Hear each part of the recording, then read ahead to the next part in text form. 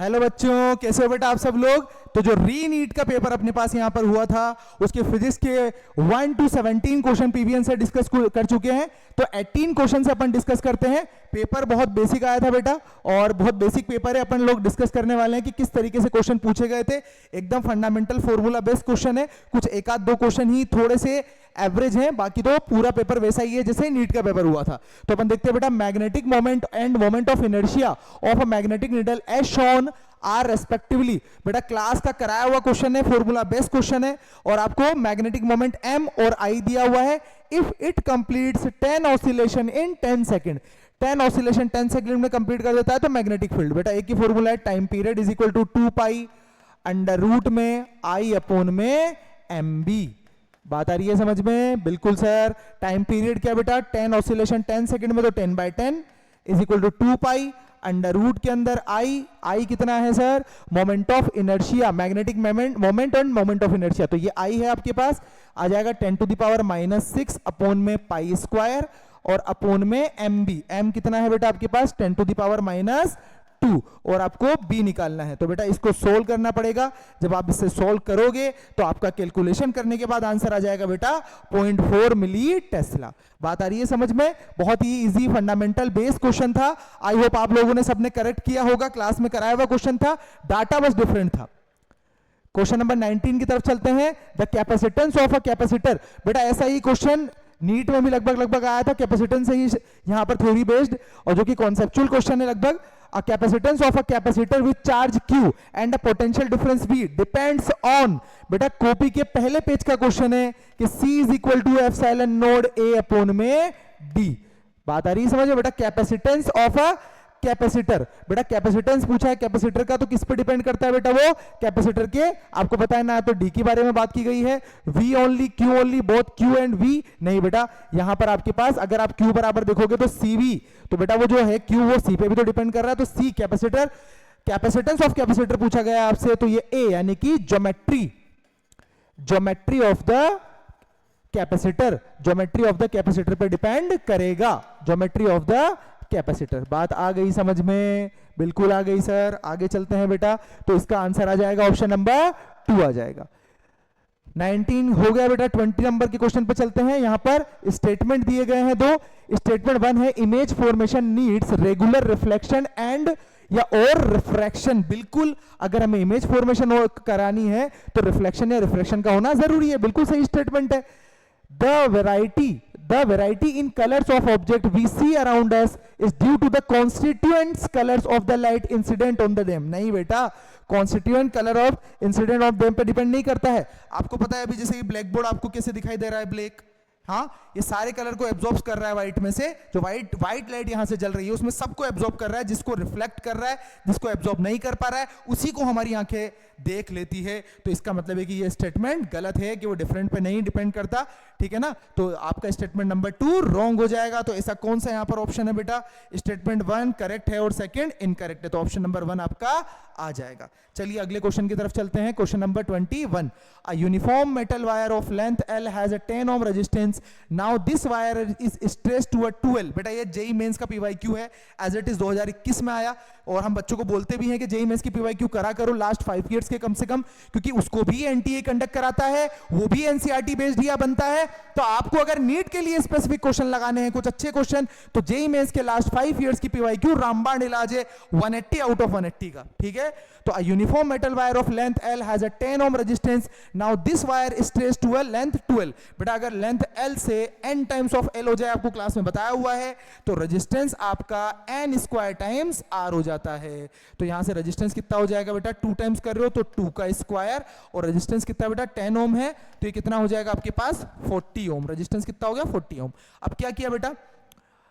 And then bend to form a perfect circle the equivalent resistance across any arbitrary diameter। बेटा इसको किस में convert कर दिया? सर्कल में, मतलब कि ऐसे। अब ये कोई पॉइंट A होगा और ये कोई पॉइंट B होगा, और ये डायमीटर के अक्रॉस 2 रेजिस्टेंस। अब 40 ओम है, डायमीटर के अक्रॉस अगर 2 रेजिस्टेंस में इसको डिवाइड कर दिया तो पक्की बात है ये 20 ओम है, और ये भी 20 ओम है। बात आ गई समझ में?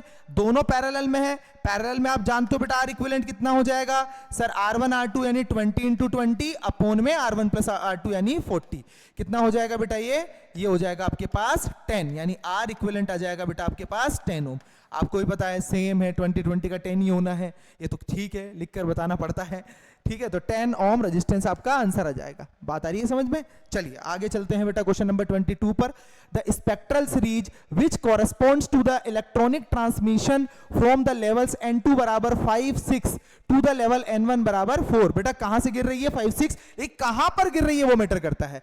N1 बराबर 4, बेटा N1 बराबर 1 होता तो लाइमन, 2 होता तो बाल्मर, 3 होता तो लाइमन बामर पास्चन, और 4 है तो ब्रैकेट सीरीज है। ये कितना बच्चों वाला क्वेश्चन पूछा है, केमिस्ट्री में भी पढ़ लिया होता तो भी सही हो जाता, फिजिक्स में पढ़ने की जरूरत ही नहीं थी, ठीक है बेटा।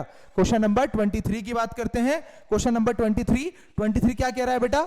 असर्शन आपके पास है, houses made of concrete roofs overlaid with foam keep the room hotter during summer. बेटा इस स्टेटमेंट में मतलब अगर आप देखो तो वैसे करेक्ट है कि हाँ हॉट ही रहेगा, जैसे कि रूफ है अपने पास।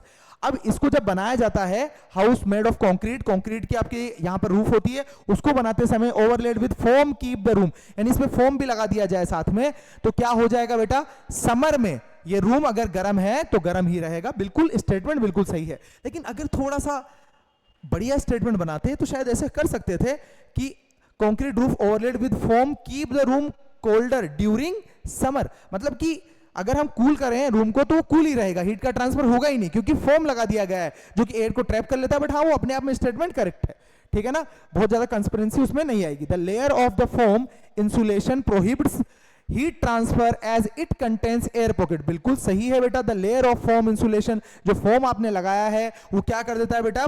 हीट ट्रांसफर को रोक लेता है, हीट को ट्रांसफर ही नहीं होने देता, और इट कंटेन्स एयर पॉकेट्स, ठीक है। अब वो एयर को ट्रैप कर लेता है, इसलिए हीट का ट्रांसफर नहीं हो पाता। तो बिल्कुल रीजन भी करेक्ट है और इसको करेक्ट एक्सप्लेन भी कर रहा है। तो correct explanation of A, option number 3 आ जाएगा। चलिए अगले क्वेश्चन की तरफ चलते हैं बेटा। अ पार्टिकल एग्जीक्यूटिंग, बेटा क्लास का क्वेश्चन है, पेपर का क्वेश्चन है, आप लोगों ने दिया हो तो आप लोग सुन रहे होंगे, काफी बच्चों ने पेपर में भी किया है, मुझसे क्लास में भी किया है। जेईई मेंस का क्वेश्चन है पीवाईक्यू का, एज इट इज कितने ही एग्जाम में पूछा हुआ क्वेश्चन है बेटा, कितने ही एग्जाम में। तो a particle executing simple harmonic motion with amplitude A has the same potential and kinetic energy. बेटा दोनों एनर्जी को बराबर कर दो, half M omega square X square is equal to half M omega square A square minus X square. तो बेटा यहां से क्या आ जाएगा आपके पास? X square is equal to A square minus X square, यानी कि 2x square is equal to A square, यानी कि x is equal two plus minus A upon में √2। तो बेटा यहां से आपका आंसर आ जाएगा। हालांकि डायरेक्ट भी आप लोगों को पता होगा कि प्लस माइनस ए बाय √2 पर ही होती है, पर मुझे तो सोल्व करके बताना है इसलिए मैंने बता दिया आपको, ठीक है बेटा। बहुत ही इजी क्वेश्चन थे सब। क्वेश्चन नंबर 25 की बात करते हैं। 2 slits in Young's double slit experiment. बेटा एक ही फॉर्मूला है YDAC का, उसी पर क्वेश्चन पूछ लिया गया है और फॉर्मूले में कुछ भी चेंजेस नहीं किए गए हैं, सिंपल वैल्यूज दी गई है, पुट करो आंसर पाओ, है ना। क्लास के क्वेश्चन है, double slit experiment are 1.5 mm apart. बेटा क्या बोला? स्लिट एक्सपेरिमेंट आर भाई 2 स्लिट्स है जिसमें Young's double slit experiment are 1.5 metre 1.5 mm, यानी डी आपको दिया हुआ है small D 1.5 mm। Capital D screen is placed at a distance of 1 metre, और आपको बोला गया है कि वेवलेंथ जो है हमारे पास लैम्डा वो है 600 into 10 to the power minus 9। Okay, then the fringe separation, बेटा beta is equal to lambda D upon में, बेटा आपके पास आपको क्या निकालना है? फ्रिंज विड्थ याद है ना आपको, कि फ्रिंज विड्थ को किससे डिनोट करते हैं बेटा? अपन बीटा से डिनोट करते हैं।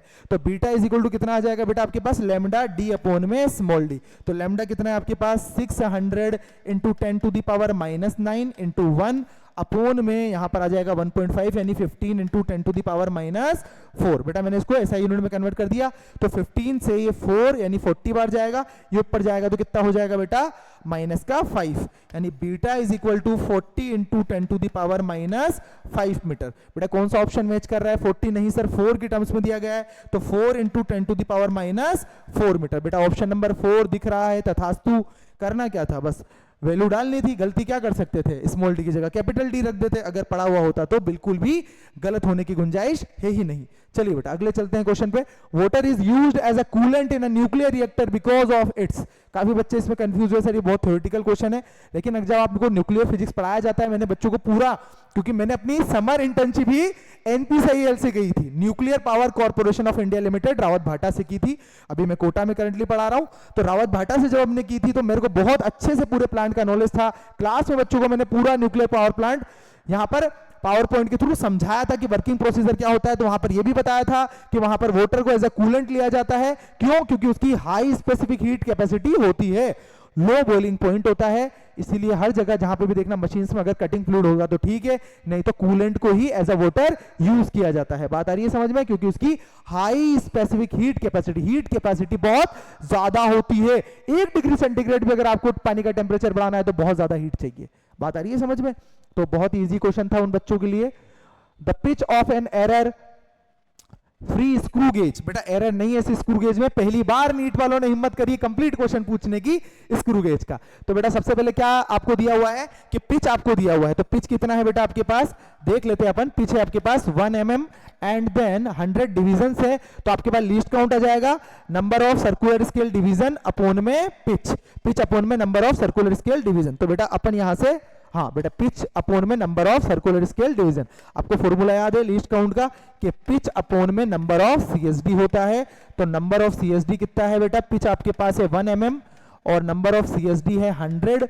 तो आपके पास कलर वही लेते हैं, बढ़िया लग रहा था, कितना आ जाएगा बेटा 0.01 mm आ जाएगा।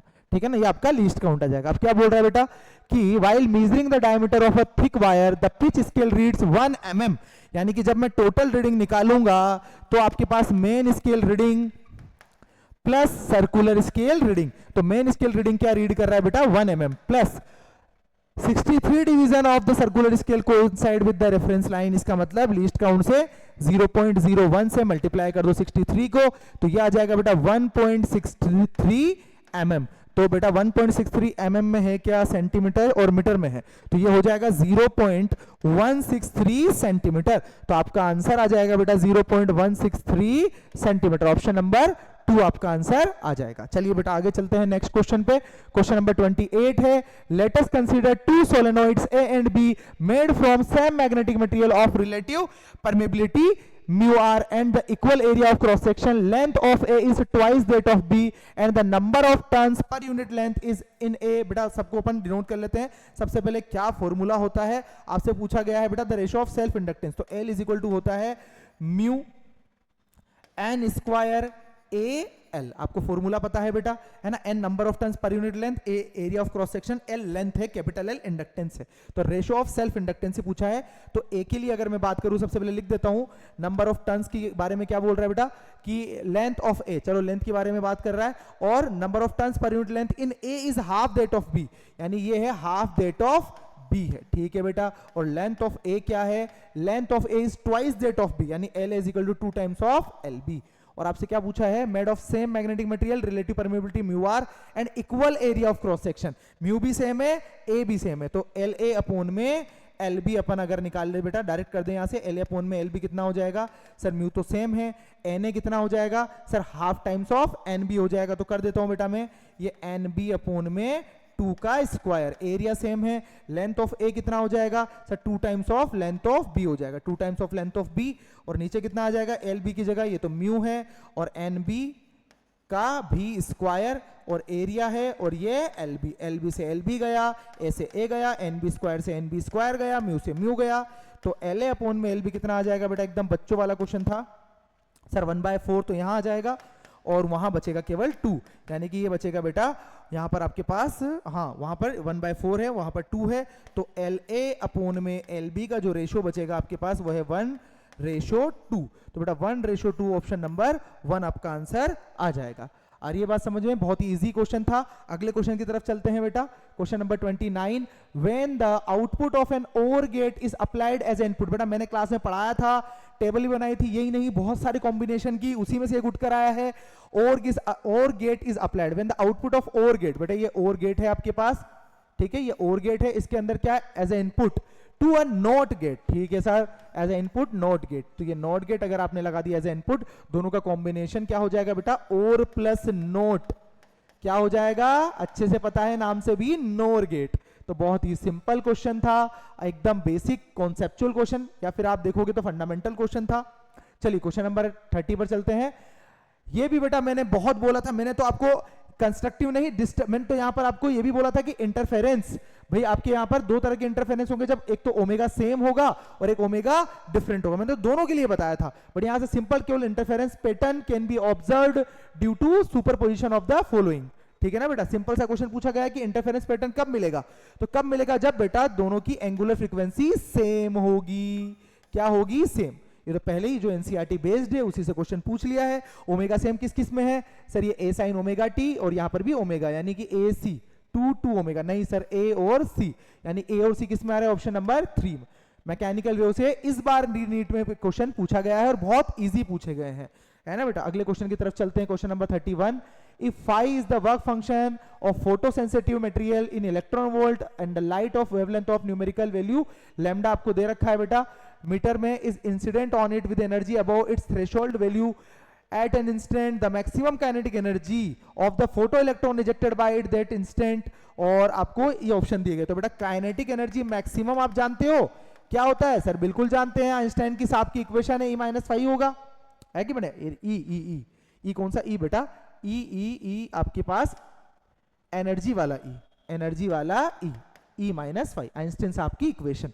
तो बेटा ये क्या है, ई होता है एससी बाय लैम्डा -5, ये आपकी क्या हो जाएगी, काइनेटिक एनर्जी मैक्सिमम हो जाएगी। अब आपको क्या बोला गया है बेटा कि यहां से लैम्डा एससी बाय ई के बराबर है, तो काइनेटिक एनर्जी मैक्सिमम जो आपके पास आ जाएगा वो आ जाएगा एससी बाय लैम्डा है एचसी अपॉन में ई -5, बेटा ये आ जाएगा आपके पास ई -5, मतलब जो हमने पहली बार में गलती से लिखा था वही आंसर था, ठीक है बेटा। देखो किस्मत भी हमें आंसर तक पहुंचाना चाह रही थी, है ना। तो जिसको आइंस्टाइन की इक्वेशन भी याद होगी, तुक्का भी लगा के आया होगा, E-5 पाकर आया होगा। बात आ रही है समझ में। चलिए बेटा बहुत बढ़िया, क्वेश्चन नंबर 32 की तरफ चलते हैं। द इलेक्ट्रोमैग्नेटिक रेडिएशन, ये भी अपनी पहली लाइन है एक्सरे की, वो ईएम वेव की। इवन मैंने ये किसमें बताया है, एक्सरे में भी बताया है, जब मैंने आप लोगों को एक्सरे पढ़ाया है अलग से, नीट वालों आपको एक्सरे भी पढ़ाया था भाई, एक्सरे के अंदर ही बताया था और ईएम वेव में भी बताया था।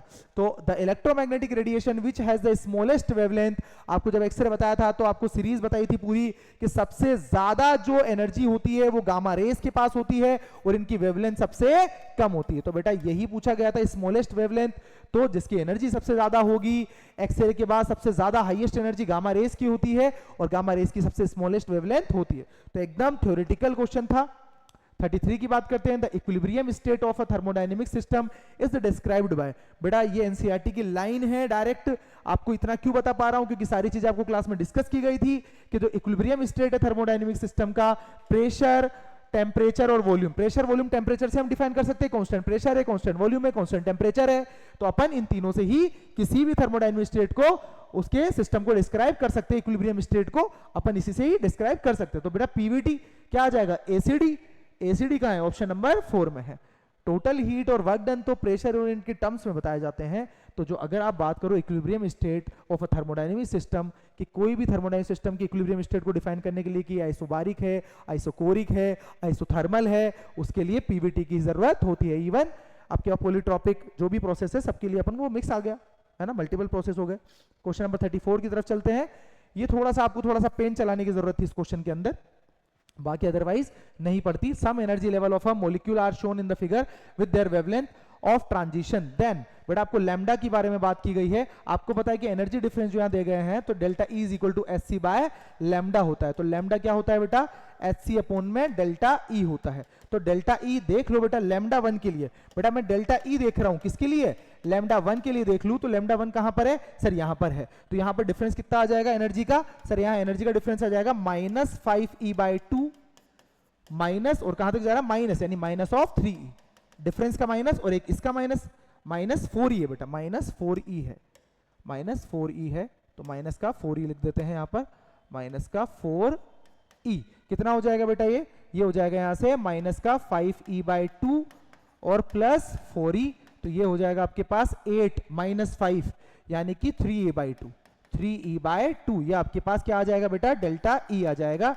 E1 बोल दूं मैं। और डेल्टा E2 के लिए बात करूं मैं अगर लैम्डा 2 वाले के लिए, डेल्टा E2 कितना आ जाएगा सर, -2e से -3e, यानी -2e से -3e, तो ये कितना आ जाएगा बेटा, E आ जाएगा। ऐसे ही डेल्टा E3 कितना आ जाएगा बेटा आपके पास, लैम्डा 3 के लिए देख लेते हैं, तो लैम्डा 3 के लिए है बेटा आपके पास यहाँ पर ये रहा -2e से -4e, तो -2e से लेकर माइनस का -4e, तो कितना हो जाएगा +4e -2e, तो ये हो जाएगा बेटा 2e। सबको यहाँ पर रख देते हैं, तो लैम्डा 1 कितना आ जाएगा, SC अपॉन में डेल्टा E1, डेल्टा E1 कितना है बेटा आपके पास 3e/2, तो यहाँ पर लिख देंगे 3e/2, यानी कि ये 2SC/3 आ जाएगा। ऐसे ही लैम्डा 2 को लिख देते हैं बेटा, लैम्डा 2 कितना आ जाएगा, ताकि आप यहाँ से कंपैरिजन कर सको, सर वो भी आ जाएगा SC अपॉन में डेल्टा E2, यानी SC अपॉन में E आ जाएगा केवल।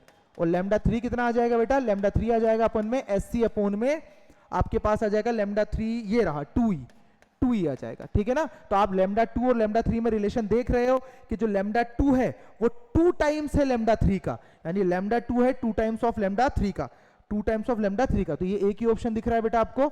और लैम्डा 2 ग्रेटर देन लैम्डा 1, बिल्कुल लैम्डा 2 ग्रेटर देन है लैम्डा 1 से, क्योंकि वहां डिनोमिनेटर में 2 है, तो बिल्कुल ऑप्शन नंबर 4 ही बेटा। यहाँ पर 2 टाइम्स ऑफ लैम्डा 3 तो दे रखा है, but lambda 2 greater than lambda 1 option number 4 में गिवन है। तो ये थोड़ा सा पेन चलाना पड़ा, बाकी और शॉर्टकट से भी कर सकते थे, मैंने इजी वे में समझा दिया, ठीक है ना बेटा। जिनको बहुत ज्यादा अच्छे से डेप्थ नॉलेज है, शॉर्टकट में भी आराम से कर सकते थे वेवलेंस को देखकर, ठीक है ना। 35 पर आते हैं। अ box of 5 kg is pulled by a cord up along a frictionless plane inclined at 30 degree with the horizontal. The tension in the cord is 30 Newton. The acceleration of the box. बेटा ये inclined plane है आपके पास, इसके ऊपर एक box रखा हुआ है, और वो बॉक्स कितने केजी का है बेटा, 5 kg का है। कितने केजी का है, 5 kg का है। और pulled by a cord along a frictionless plane, और 30 डिग्री यहां से आपके पास एंगल है, और आपको बोला है with the horizontal the tension in the code is, बेटा इसको एक कोड से ऐसे बांधा गया है, और टेंशन कोड में कितनी है 30 न्यूटन, यानी 30 न्यूटन इस पे इधर की तरफ फोर्स लग रहा है।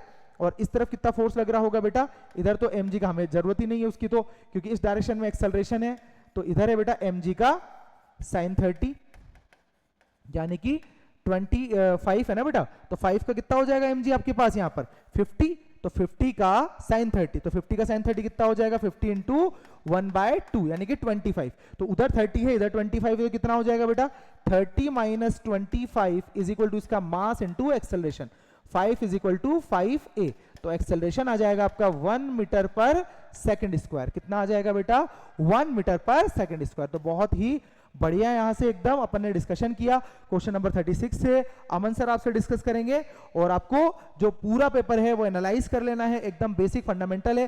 क्या करना है नेक्स्ट ईयर के लिए सर, डिलेमा में है बिल्कुल बेटा। एनसीईआरटी के पीछे के क्वेश्चंस नहीं, एग्जाम्पलर्स हो गए और एक सोल्ड एग्जाम्पल हो गए, साथ में एनसीईआरटी को रीड आउट करना, जेईई मेंस के लास्ट 3 to 4 इयर्स के पीवाईक्यू हो गए, और नीट के पीवाईक्यू हो गए, और क्लास के नोट्स जो आप बनाते हो। अगर क्लास के नोट्स नहीं बना रहे हो तो फॉलो कर लेना बेटा। आपको जल्दी ही यूट्यूब पर हम फ्री लेक्चर्स लेकर आने वाले हैं, वहां पर टॉपिक वाइज क्वेश्चंस आपको कराए जाएंगे, तो कोई दिक्कत परेशानी वाली बात नहीं है। फिर मिलते हैं बेटा नेक्स्ट सेशन में। Till then bye bye, take care, sayonara.